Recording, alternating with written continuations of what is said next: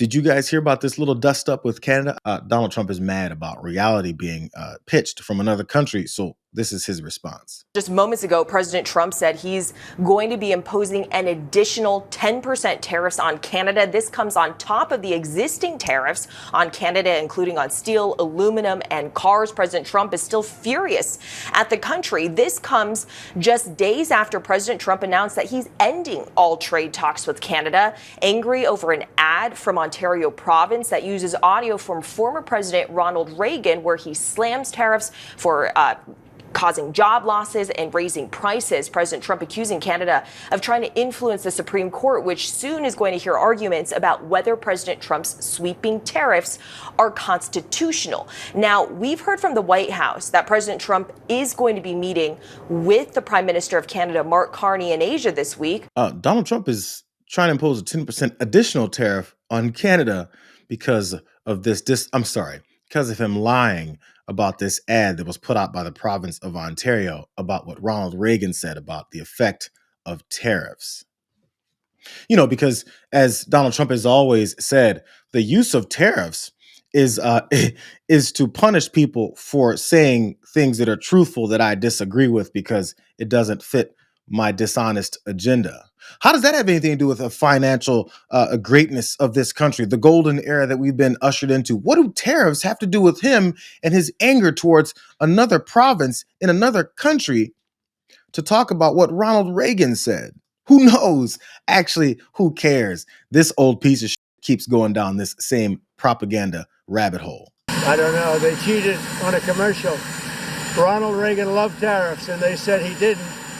And I guess it was AI or something. They cheated badly. Canada got caught cheating on a commercial. Can you believe it? I'm just curious. Was the very next question from those folks, Mr. Dumbass, did you say AI? Did you say that they used AI to manipulate what Ronald Reagan actually said about tariffs? Did you say they used AI? That is after the Reagan Institute, whatever the hell it is that he leaned on. It's probably run by folks that are MAGA that said Ronald Reagan never said that. Here, watch the full 5.5 minutes. And then if you watch that full 5.5 minutes, you hear that Ronald Reagan said exactly what it is that ad said that he said. He went on Air Force One and he kept talking about it there too. That is when he didn't want to talk about it more. But this is his anger towards, Canada. This is an ad. That was an ad run by a provincial government in Canada. Why are you mad at the federal government? Because whether it's provincial or Canada itself, they all knew exactly what the ad was. The Prime Minister knew. Everybody knew. The Prime Minister knew what the ad was before it went on. Will you see him in APEC? Do you want to meet with him? I don't want to meet with him. No, I'm not going to be meeting with him for a while. No, I'm very happy with the deal we have right now with Canada. We're going to let it ride. Well, this guy's literally using terms like he's in a casino. He said, I'm happy with our deal right now with Canada, which there is none. I'm going to let it ride. That's what he said. He said, I'm going to let it ride. The Prime Minister knew about it. I don't care that it was just done by the province of Ontario. I don't care. They all knew. Based off of what? Hey, Mr. Dumbass, how did you know that everyone is involved in this? Number one. And number two, who cares? It was the truth. He keeps trying to shift the responsibility and also the point of this whole thing. He's wrong on it, but apparently it was just, AI. Hey, so for the sake of you guys maybe didn't see it before, here's that very real based and factually based reality ad that the province of Ontario ran that he's so mad about that he's imposing more tariffs. That is he? When someone says, let's impose tariffs on foreign imports, it looks like they're doing the patriotic thing by protecting American products and jobs. And sometimes for a short while it works, but only for a short time. But over the long run, such trade barriers hurt every American worker and consumer.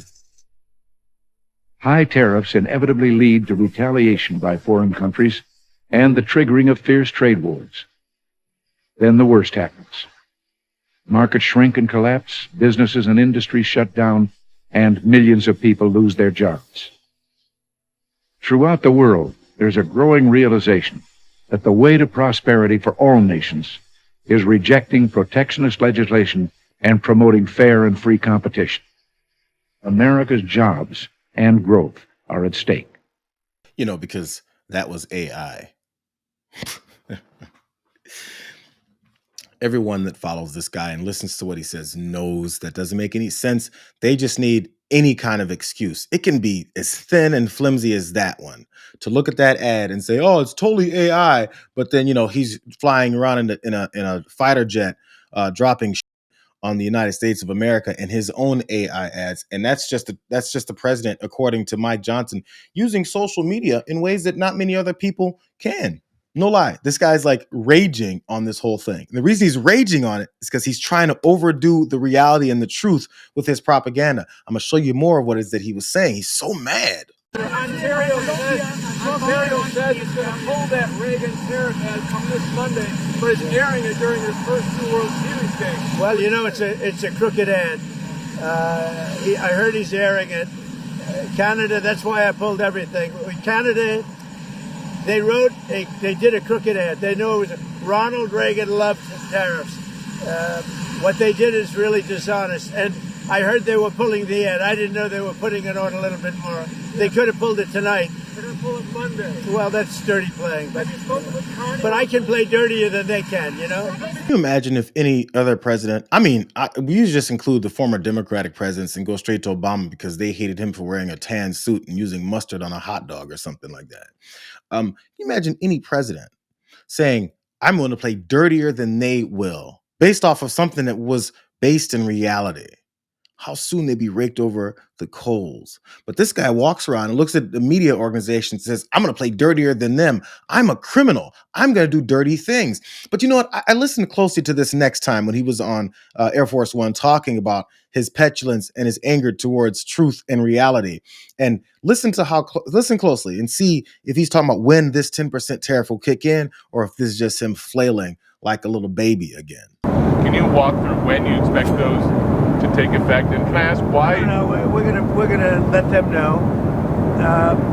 Ronald Reagan loved tariffs. He used them sparingly, which he probably would make a mistake. He made a mistake in that.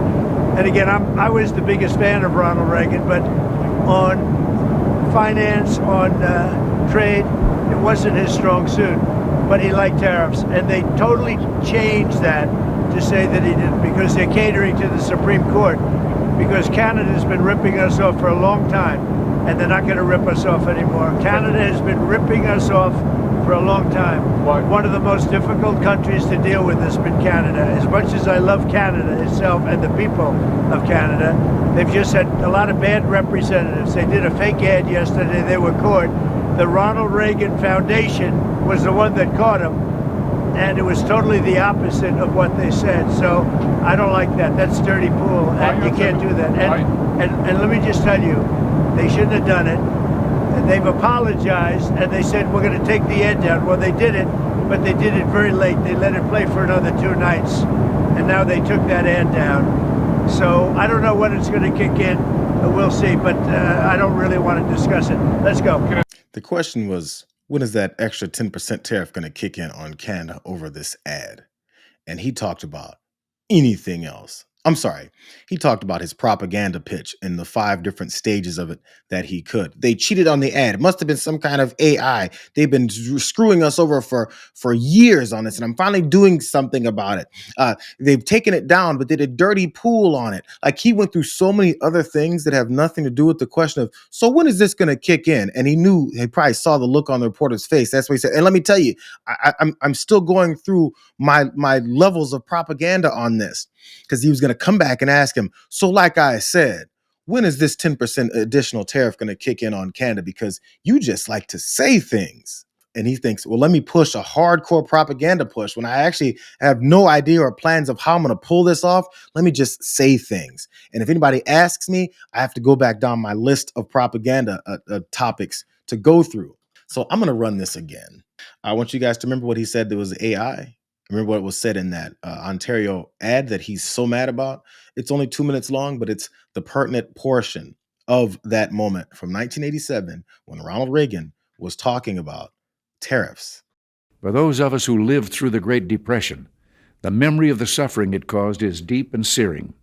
And today, many economic analysts and historians argue that high tariff legislation passed back in that period, called the Smoot-Hawley tariff, greatly deepened the Depression and prevented economic recovery. You see, at first, when someone says, let's impose tariffs on foreign imports, it looks like they're doing the patriotic thing by protecting American products and jobs. And sometimes for a short while it works, but only for a short time. What eventually occurs is, first, homegrown industries start relying on government protection in the form of high tariffs. They stop competing and stop making the innovative management and technological changes they need to succeed in world markets. And then, while all this is going on, something even worse occurs. High tariffs inevitably lead to retaliation by foreign countries and the triggering of fierce trade wars. The result is more and more tariffs, higher and higher trade barriers, and less competition.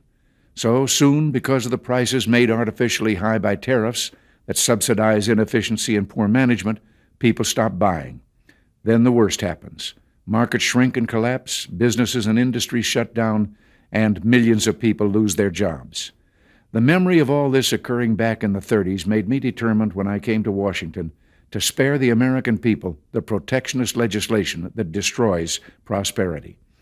Now, it hasn't always been easy. There are those in the Congress, just as there were back in the 30s, who want to go for the quick political advantage, who risk America's prosperity for the sake of a short-term appeal to some special interest group, who forget that more than 5 million American jobs are directly tied to the foreign export business, and additional millions are tied to imports. I want to show you something else, because this is what's happening from a soybean farmer. This is from a month or two ago. A soybean farmer talking to Representative Mark Alford, his representative, and who's a huge Trump backer and kisses his ass any chance that he gets, listening to what Ronald Reagan just said in reality of 1987 that Donald Trump said was AI and actually doesn't exist, as he laid out exactly what tariffs do to businesses, employees, jobs, and the economy, that protectionism that he was talking about. Look at someone who's dealing with it in real time. I realize, as regarding tariffs, people are on both sides of the fence on this.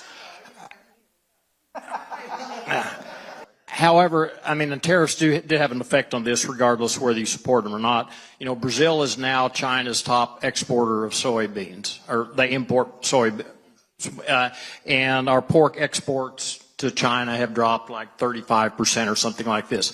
Okay. And you talked about the importance of agriculture. In all honesty, these markets are never coming back. You're right. You know, they were one of our top customers. You talked about being in business. You don't kick out your top customer. So how do you?